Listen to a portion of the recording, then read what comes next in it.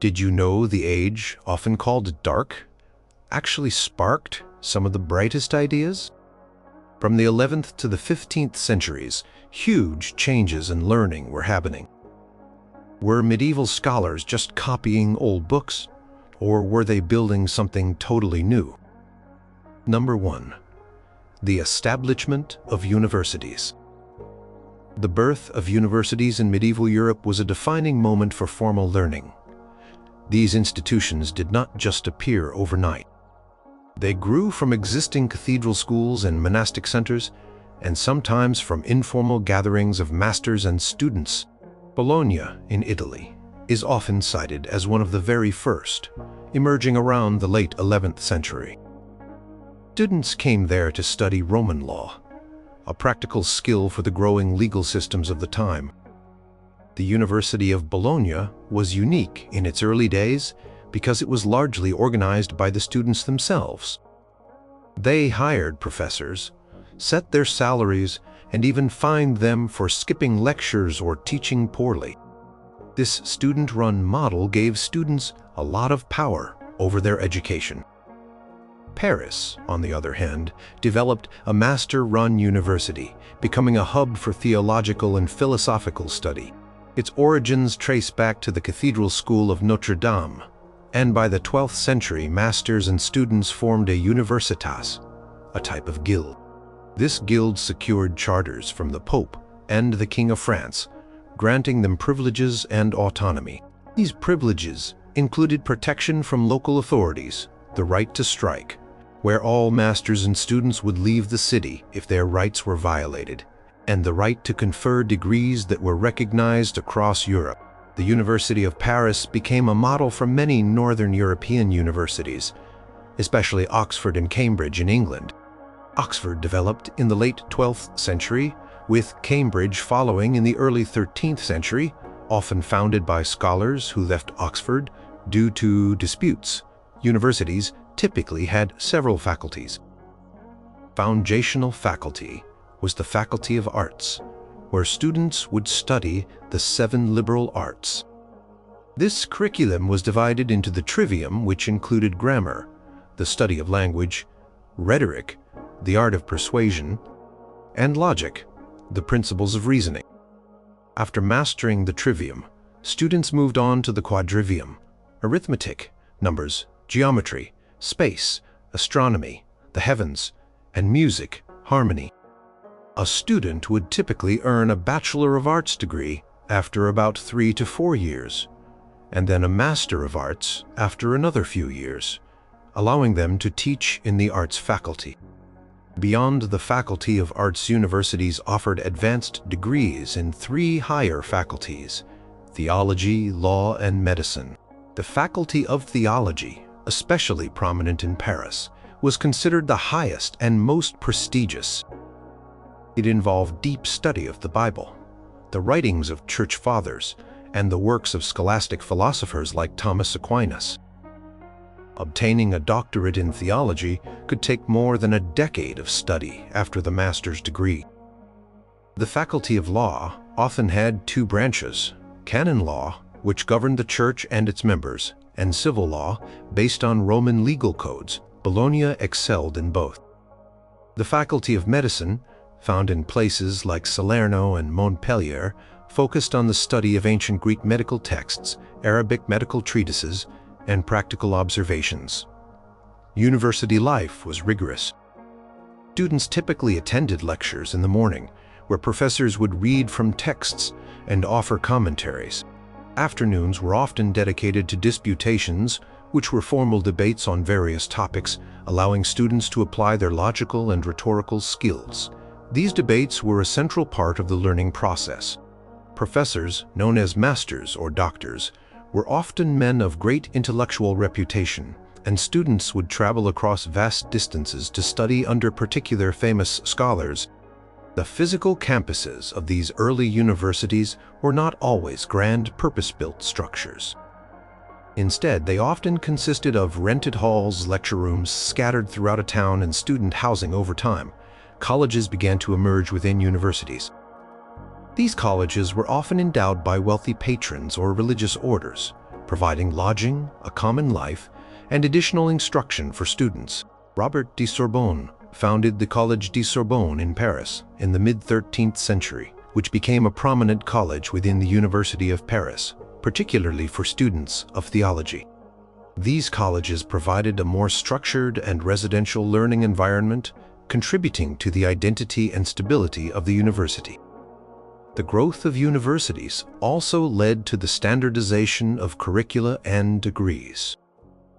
A degree from a recognized university in Paris or Bologna carried weight across Europe, allowing graduates to teach or practice their professions in different regions. This created an international community of scholars. Latin was the common language of instruction and scholarship, which facilitated the movement of scholars and ideas. Students from England, Germany, Italy, and beyond would gather in one place, sharing intellectual pursuits. The university system, with its defined structure, curriculum, and degrees, laid a new foundation for organized knowledge. Number 2, the scholastic method of inquiry. The scholastic method was a distinct way of thinking and arguing that dominated medieval universities. It was a rigorous intellectual approach, not just a system of belief, focused on resolving contradictions and synthesizing diverse authorities through logical reasoning. The core of the scholastic method involved two main practices, the lectio and the disputatio. The lectio was a lecture where a master would read from a recognized text such as the Bible, a work by Aristotle, or a legal code, and then provide a commentary or explanation of the text. This was more than just reading. It involved careful analysis of the wording, context, and various interpretations of the text. The disputatio was the more dynamic and defining aspect of scholasticism. It was a formal debate where a master would propose a question, often one that presented a paradox or conflict between different authoritative texts. For example, a question might be, can God make a stone so heavy that even he cannot lift it? Or, is faith necessary for salvation? Students or other masters would then present arguments for and against the proposed question. The master would then respond to these arguments, clarifying, refuting, or modifying them, ultimately arriving at a reasoned solution or conclusion. This process was highly structured, emphasizing clear definitions, logical deductions, and a systematic approach to arguments. One of the key figures associated with the development of scholasticism was Peter Abelard, a brilliant and controversial thinker of the 12th century. His work Sic et Non, Yes and No, exemplified the method. In this book, Abelard presented over 100 theological and philosophical questions, listing contradictory passages from the Bible and the Church Fathers for each. He did not provide definitive answers himself, but intended for students to use logical reasoning to reconcile the apparent discrepancies. His method encouraged students to engage critically with texts and to think systematically about complex issues rather than simply accepting authority without question. Later, in the 13th century, Thomas Aquinas became the most celebrated practitioner of the scholastic method. His monumental work, the Summa Theologica, is a prime example. In it, Aquinas systematically addressed thousands of questions related to theology, philosophy, and ethics.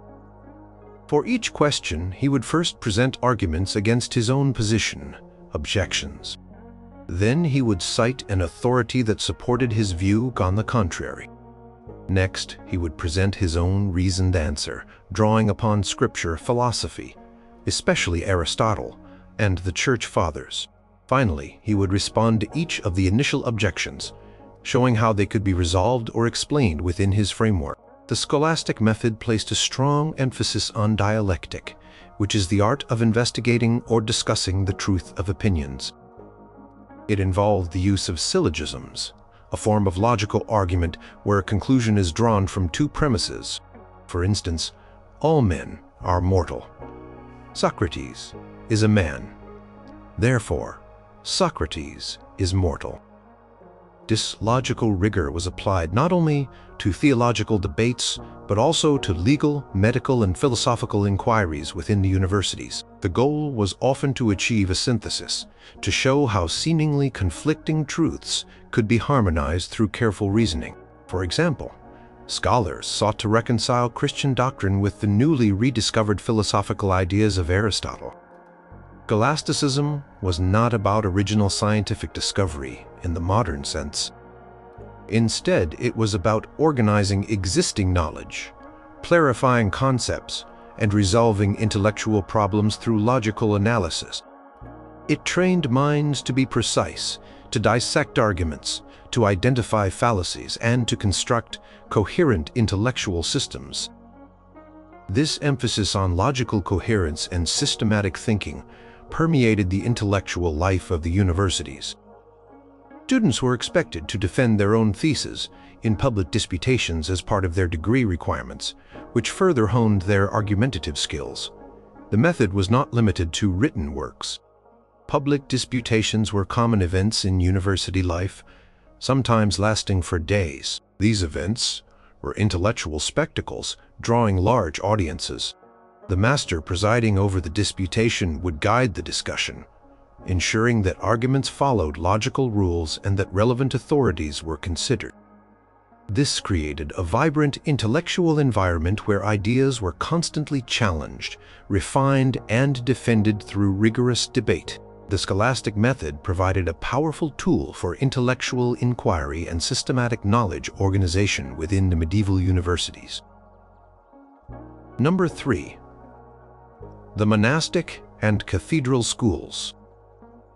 Long before the emergence of the great medieval universities, monastic and cathedral schools served as the primary centers of learning in Europe. These institutions played a vital role in preserving literacy and classical knowledge during a period often characterized by political upheaval and decline in organized learning. Their work laid the groundwork for the more structured educational systems that followed. Monasteries were spiritual communities, but they were also crucial intellectual hubs. From the early Middle Ages, particularly after the fall of the Western Roman Empire, many monasteries became havens for learning. Monks dedicated themselves not only to prayer and spiritual devotion, but also to the study of sacred texts and the copying of manuscripts. This copying work, carried out in scriptoria, was painstaking and essential. Without it, many ancient Latin and Greek texts would have been lost forever. Cassiodorus, a Roman statesman who founded a monastery in Vivarium, Italy in the 6th century, was a key figure in promoting this monastic scholarly tradition. He encouraged his monks to copy not only religious texts, but also classical literature, history, and scientific works, believing that knowledge was vital for both spiritual and temporal well-being. Monastic schools primarily educated future monks and clergy, teaching them to read and write Latin, which was the language of the church and of scholarship. They studied the Bible, liturgical texts, and the writings of the church fathers. Some monastic schools also provided instruction in the liberal arts, especially grammar, rhetoric, and logic, which were essential for interpreting sacred texts and engaging in theological discussions. Famous monastic centers of learning included the Abbey of Cluny in France, St. Gallen in Switzerland, and Monte Cassino in Italy. These monasteries maintained extensive libraries, which were precious collections of knowledge in an era when books were rare and expensive. Alongside monastic schools, cathedral schools began to gain prominence from the 9th and 10th centuries onward, particularly during the Carolingian Renaissance initiated by Charlemagne. These schools were attached to cathedrals and trained clergy for the surrounding diocese. While their primary purpose was clerical training, many also educated lay students, particularly sons of nobles or wealthy merchants. Cathedral schools often offered a broader curriculum than monastic schools, placing more emphasis on the 7 liberal arts. The trivium, grammar, rhetoric, logic, was essential for understanding scripture, preaching effectively, and engaging in theological debate. The quadrivium, arithmetic, geometry, astronomy, music, was also taught, providing a basic scientific and mathematical foundation. Notable cathedral schools included those at Chartres, Reims, and Lyon in France. The Cathedral School of Chartres, in particular, became renowned in the 12th century under masters like Bernard of Chartres and John of Salisbury. These scholars were deeply interested in classical literature and philosophy, and they encouraged their students to study ancient Greek and Roman authors, not just for their linguistic value, but for their wisdom. They emphasized the importance of a broad humanistic education, often paraphrasing the idea of standing on the shoulders of giants to see further, referring to the knowledge inherited from antiquity. Curriculum at cathedral schools sometimes extended to specialized subjects like medicine and law, especially as these fields began to develop more formally. For example, the school at Salerno in southern Italy, though not strictly a cathedral school, grew into a significant center for medical training in the 10th and 11th centuries, drawing on Greek and Arabic medical knowledge. These schools often had a master, or chancellor, who oversaw the teaching and ensured its quality. They were crucial for maintaining a literate class within society, and for transmitting knowledge from one generation to the next. The legacy of monastic and cathedral schools was immense. They preserved classical texts and Christian learning through centuries of instability. They provided a continuous tradition of formal education, even if it was largely centered on Latin and religious studies. Their emphasis on the liberal arts curriculum, particularly logic and rhetoric, prepared students for more advanced intellectual inquiry. As society became more urbanized and intellectual curiosity grew, some of these cathedral schools evolved or gave rise to the first universities, drawing on the pedagogical methods and textual traditions established in the earlier period. They were the essential educational backbone of medieval Europe for many centuries. Number 4. The recovery of classical text. A significant intellectual transformation in the medieval period was the recovery and translation of vast numbers of classical Greek and Arabic texts into Latin. This was not a single event, but a centuries-long process, particularly intense during the 12th and 13th centuries. It profoundly reshaped European thought by introducing new philosophical, scientific, and medical knowledge that had been largely lost or inaccessible in the West for centuries. During the early Middle Ages, much of the sophisticated knowledge of ancient Greece was only partially known in Western Europe, if at all.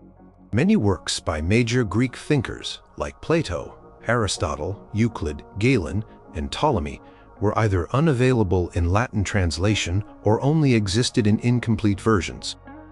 However, in the Islamic world, these texts had been preserved, studied, and greatly expanded upon by Arab, Persian, and Jewish scholars. Baghdad, Cordoba, and Cairo became centers of immense intellectual activity, where Greek works were translated into Arabic and new commentaries and treatises were written on topics ranging from astronomy and mathematics to medicine and philosophy. Crucial link for Western Europe to access this rich intellectual heritage was through regions where Latin, Arabic, and sometimes Greek cultures intersected. Two primary centers for this translation movement emerged: Sicily and, most importantly, Toledo in Spain. After the Christian reconquest of Toledo in 1085, the city became a vibrant melting pot of cultures, with Arabic, Hebrew, and Latin speakers living side by side. It was here that a dedicated school of translators flourished. One of the most prolific translators in Toledo was Gerard of Cremona, who lived in the 12th century. He learned Arabic and, driven by a passion for books he could not find in Latin, devoted his life to translating Arabic texts into Latin. His output was extraordinary. He is credited with translating over 70 books. These included Ptolemy's Almagest, a foundational text in astronomy, Avicenna's Canon of Medicine, a comprehensive medical encyclopedia that became the standard medical textbook in Europe for centuries, and numerous works by Aristotle on logic, physics, and metaphysics. Girard also translated works by al-Khwarizmi, whose writings introduced algebra to Europe, and other Arabic mathematicians and astronomers. Other important translators contributed to this massive intellectual undertaking.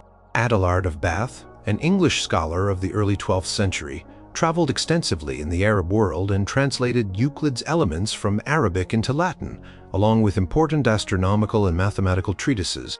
Michael Scott, a Scottish scholar working in Sicily and Spain in the early 13th century, translated works by Averroes, the influential Islamic commentator on Aristotle, and more of Avicenna's mesoelated Ptolemy's Planisphere. Dominicus Gundesalinus, a Spanish philosopher, collaborated with a Jewish scholar named Avendoth to translate Avicenna's philosophical work Sufficiency and Avispron's Fons Vitae. The impact of this translation movement was profound. It reintroduced the complete works of Aristotle to Western Europe, which challenged and invigorated philosophical and theological thought. Aristotle's emphasis on logic, empirical observation, and systematic classification provided new tools for understanding the natural world and constructing arguments. His writings on physics, metaphysics, ethics, and logic became central to the university curriculum.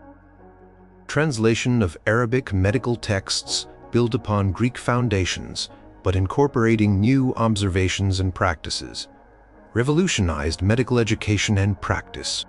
Works on astronomy and mathematics, including the introduction of Arabic numerals, which were actually Indian in origin but transmitted by Arabs, and algebra, expanded European scientific understanding. These new texts were not simply copied. They were studied, debated, and integrated into the existing intellectual framework. They sparked new questions and intellectual problems such as how to reconcile Aristotle's pagan philosophy with Christian theology. This intellectual challenge led to the development of scholasticism, which sought to synthesize faith and reason. The recovery of these classical and Arabic works provided an unprecedented surge of knowledge, expanding the intellectual horizons of medieval scholars and establishing a vast new body of material for study and commentary within the burgeoning universities. Number 5. The development of specialized fields of study. The emergence of universities in the medieval period fostered the development of distinct and specialized fields of study. While the foundational curriculum for all students was the liberal arts, universities allowed for advanced and focused training in specific professions and areas of knowledge. These higher faculties, theology, law, and medicine, cultivated a depth of expertise that went beyond general education and contributed to the professionalization of these disciplines. Theology was considered the queen of the sciences and was the most prestigious field of study in many universities, particularly Paris. Students in the Faculty of Theology engaged in rigorous study of the Bible, the writings of the Church Fathers like Augustine and Jerome, and the works of contemporary scholastic theologians. The curriculum involved detailed textual analysis, systematic organization of doctrine, and dialectical debate on complex theological questions such as the nature of God, the Trinity, and salvation. Scholars like Albertus Magnus and Thomas Aquinas produced massive theological works, synthesizing Christian doctrine with Aristotelian philosophy. This deep, systematic approach to theology fostered intellectual precision and a culture of intricate logical argumentation. Law was another highly specialized field, with its primary centers in Bologna. Students in the Faculty of Law studied two main branches: canon law and civil law. Canon law was the legal system of the Catholic Church, governing its organization, clergy, and many aspects of medieval life, including marriage, wills, and contracts. It was compiled and codified in works like Gratian's Decretum in the 12th century. Civil law, on the other hand, was based on the rediscovered Roman law, particularly the Corpus Juris Civilis, body of civil law, compiled by the Byzantine Emperor Justinian in the 6th century. This sophisticated legal code provided a framework for legal reasoning, property rights, and governance. Lawyers trained in these fields were essential for the growing bureaucracies of church and state, as well as for resolving disputes in urban centers. They learned to interpret complex texts, apply legal principles, and construct persuasive arguments. Medicine also developed as a distinct and specialized field within universities, with prominent schools in Salerno, Montpellier, and Padua. Medical education moved beyond simple folk remedies or monastic herbalism to a more systematic study based on ancient authorities. Students in the Faculty of Medicine extensively studied the works of Greek physicians like Hippocrates and Galen, as well as the comprehensive medical treatises of Arab scholars, such as Avicenna's Canon of Medicine and Reyes al-Hawi, the comprehensive book. These texts provided detailed knowledge of anatomy, though often based on animal dissections, physiology, pharmacology, and diagnosis. While practical experience was limited, some universities, particularly those in Italy, began to introduce anatomical dissections of human cadavers, though infrequently and under strict religious and legal regulations. This marked an important shift towards empirical observation, even if its application was slow. Medical students learned to diagnose illnesses based on symptoms, understand the four humors theory, and prescribe treatments derived from authoritative texts. Beyond these higher faculties, the Faculty of Arts also saw the development of specialized knowledge, particularly in natural philosophy. This area encompassed what today we might call science. Scholars in the arts faculty studied Aristotle's works on physics, meteorology, biology, and the heavens. They also engaged with Arabic commentaries on these texts and new mathematical and astronomical treatises. And figures like Robert Grosseteste and Roger Bacon in the 13th century showed interest in optics, mathematics, and the experimental method, even if these were not fully formalized. They argued for the importance of mathematics in understanding nature and suggested ways to verify knowledge through observation, though their approach was still largely theoretical. The development of these specialized faculties meant that knowledge was no longer simply generalized or confined to monastic libraries. Universities created an environment where scholars could dedicate their lives to mastering a specific body of knowledge, teach it to others, and advance its understanding. This specialization led to the creation of distinct academic disciplines, each with its own methods, texts, and experts. It also created professional classes of highly trained individuals, theologians, lawyers, and doctors, who applied their specialized knowledge to serve the needs of society and the church. Number 6. The rise of professional scholars and intellectuals. The establishment of universities created an entirely new class of individuals in medieval society: the professional scholar and intellectual. Before universities, most learned individuals were clergy, monks, or court advisors whose scholarly pursuits were often tied to their primary religious or political roles. With the university, intellectual inquiry and teaching became a career in itself, independent of the direct hierarchy of the church or feudal lords in some respects. These professional scholars were known as masters or doctors, titles conferred through rigorous academic degrees. They dedicated their lives to teaching, research, and writing. Unlike earlier periods where learning was often confined to monastic cloisters, university masters engaged in a vibrant public intellectual life. They delivered lectures, presided over disputations, and debated openly in the university halls. Their reputations spread across Europe, attracting students from different lands who sought to learn from the most renowned minds.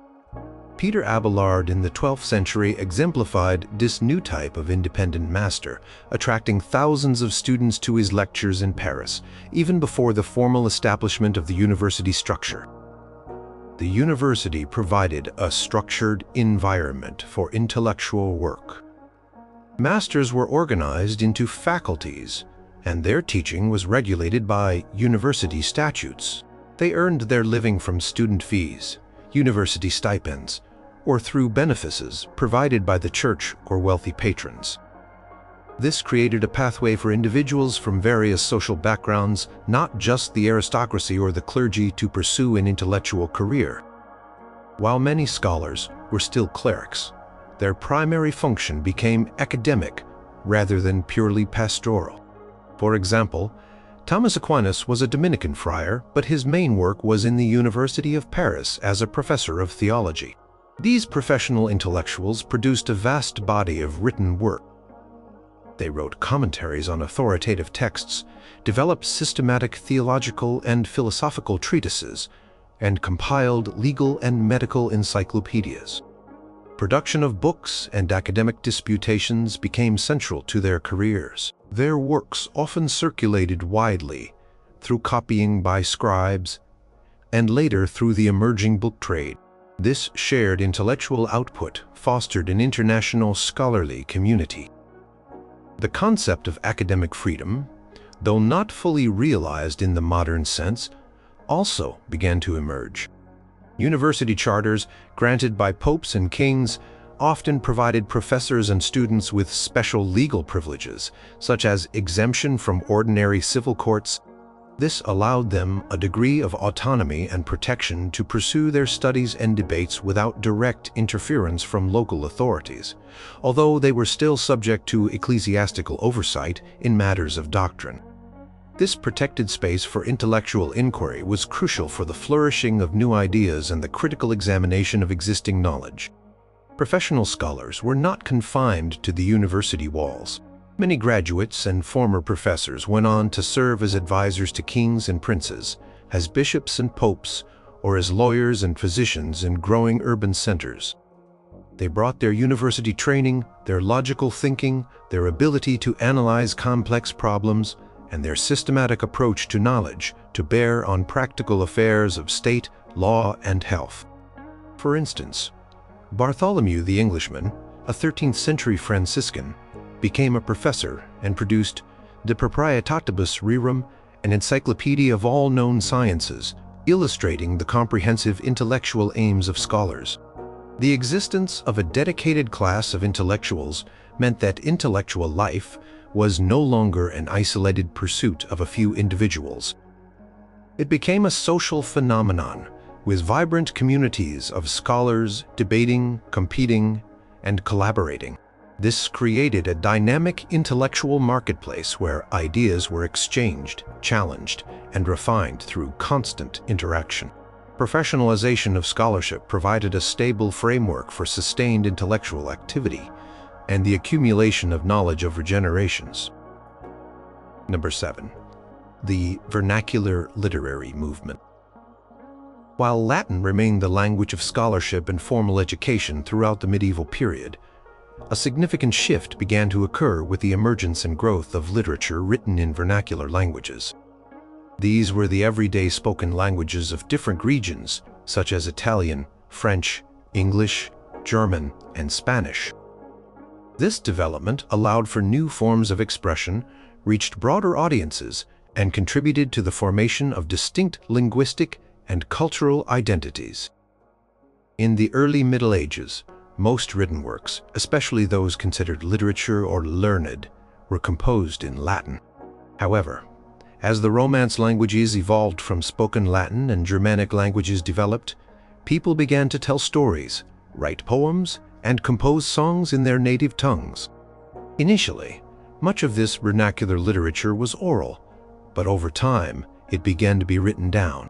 One of the earliest and most influential examples comes from France, where epic poems known as chansons de geste, songs of deeds, like the Song of Roland, appeared in Old French in the 11th century. These narratives celebrated heroic figures and historical events, appealing to a warrior aristocracy and a wider public. Simultaneously, in southern France, the troubadours composed lyrical poetry in Occitan, Provençal, focusing on themes of courtly love and chivalry. This poetic tradition spread throughout Europe, influencing poets in other languages. By the 13th and 14th centuries, the vernacular literary movement gained significant momentum. In Italy, the Tuscan dialect began to rise in prominence, largely due to the monumental work of Dante Alighieri. His Divine Comedy, completed in the early 14th century, is an epic poem describing Dante's journey through hell, purgatory, and paradise. Writing this complex, profound, and imaginative work in Italian rather than Latin was a revolutionary act. Dante demonstrated that a vernacular language could be used for serious intellectual and spiritual expression, not just light entertainment. His choice elevated Tuscan Italian to a literary language profoundly influencing subsequent Italian literature. Following Dante, Francesco Petrarch, though a humanist who wrote much in Latin, also composed beautiful lyrical poems in Italian, particularly his Canzoniere, songbook, a collection of sonnets and other poems dedicated to a woman named Laura. His elegant and emotionally resonant Italian poetry further solidified the literary potential of the language. Giovanni Boccaccio, a contemporary of Petrarch, wrote the Decameron, a collection of 100 tales, also in Italian prose. These stories, told by a group of young people fleeing the Black Death, offered a vivid and often humorous portrayal of human life and society. In England, Geoffrey Chaucer's Canterbury Tales, written in Middle English in the late 14th century, stands as a landmark achievement. Chaucer used a pilgrimage as a framing device for a diverse collection of stories, touting a wide range of social classes and human experiences. His masterful use of English incorporating various dialects and registers demonstrated the language's richness and flexibility for literary purposes. It also helped to standardize and elevate the status of English as a literary language. Other important vernacular works emerged across Europe. The German Minnesang, courtly love poetry, the Spanish Cantar de Mio Cid, Song of My Cid, and the Icelandic sagas. Christine de Pizan, writing in French in the late 14th and early 15th centuries, became one of the first professional female authors, composing diverse works from biographies of famous women to political treatises. Her works reached both aristocratic and broader audiences.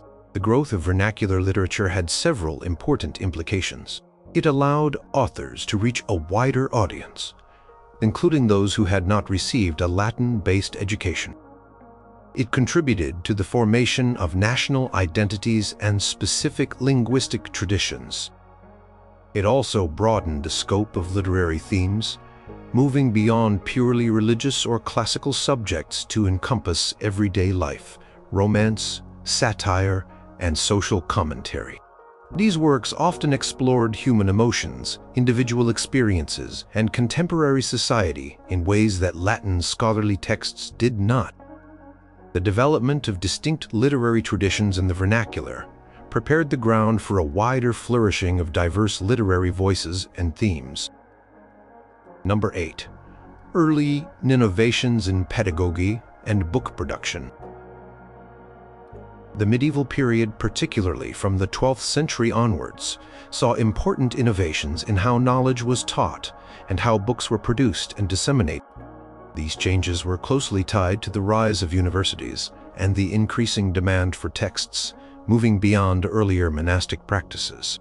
One of the most significant pedagogical innovations was the development of the Pacchia system within universities, particularly in Bologna and Paris. As universities grew, there was a constant need for reliable, affordable copies of textbooks for students and professors. Traditionally, books were copied by hand in monastic scriptoria, a slow and often error-prone process. Pacchia system offered a more efficient and standardized method. A university-approved copy of a text, called an exemplar, was held by a university official known as a stationer.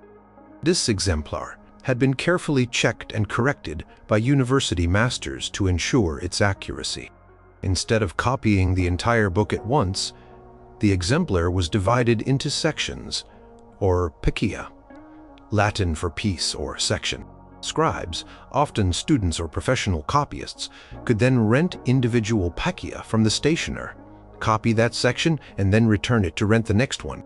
This allowed multiple scribes to work on different parts of the same book simultaneously, significantly speeding up the copying process. It also ensured a higher degree of textual accuracy, because all copies were made from a single approved exemplar. The stationer would charge a fixed fee for each petya, making the process regulated and somewhat standardized in terms of cost. This system revolutionized the production of academic texts, making books more readily available and uniform for the university community. The role of the stationer also marked a shift towards a more commercial and regulated book trade. Stationers were often licensed by the university and subject to its rules. They not only rented picia, but also sold finished books, parchment, and other writing materials. Their shops became hubs for the academic community, where students and masters could find the texts they needed. This nascent book trade, driven by university demand, laid the groundwork for the later development of the printing press and a broader commercial book market. Beyond the picia system, there were other advancements in book production. The gradual shift from expensive parchment, animal skin, to cheaper paper became increasingly common in the later medieval centuries, especially from the 14th century onwards. Paper, introduced to Europe from the Islamic world, where it had been perfected from Chinese techniques, made books more affordable to produce and thus more widely accessible. This material change lowered the cost barrier for both production and purchase. Innovations in handwriting also occurred. The standardized script, known as Gothic textura or black letter, became prevalent in academic circles. Its compressed, angular style was designed to fit more words onto a page, saving space and parchment, which was still a costly material. While perhaps less readable to modern eyes, it was efficient for its time. Later, particularly in Italy, more legible and less compressed scripts, which eventually influenced early printing types, began to emerge, signaling a slight shift in aesthetic preference. In terms of pedagogy itself, the emphasis on the lectio, lecture, and disputatio, debate, within universities fostered a specific learning environment. Professors developed methods for organizing complex material into coherent lectures, often drawing diagrams or using other visual aids. The requirement for students to participate in and even lead disputations trained them in rigorous logical thinking, argumentation, and public speaking. This active engagement with the material, rather than just passive reception, was a hallmark of university education. Students also had to master a range of reading and interpretation skills to navigate the complex scholarly texts. These innovations in book production and teaching methods collectively contributed to a more dynamic and accessible intellectual environment. Books became more common, more standardized, and slightly less expensive, helping to spread knowledge more widely within the learned community. Pedagogical methods instilled a systematic and argumentative approach to learning, which encouraged students to engage deeply with ideas. These foundational developments in how knowledge was created, transmitted, and consumed were essential steps in the growth of intellectual culture.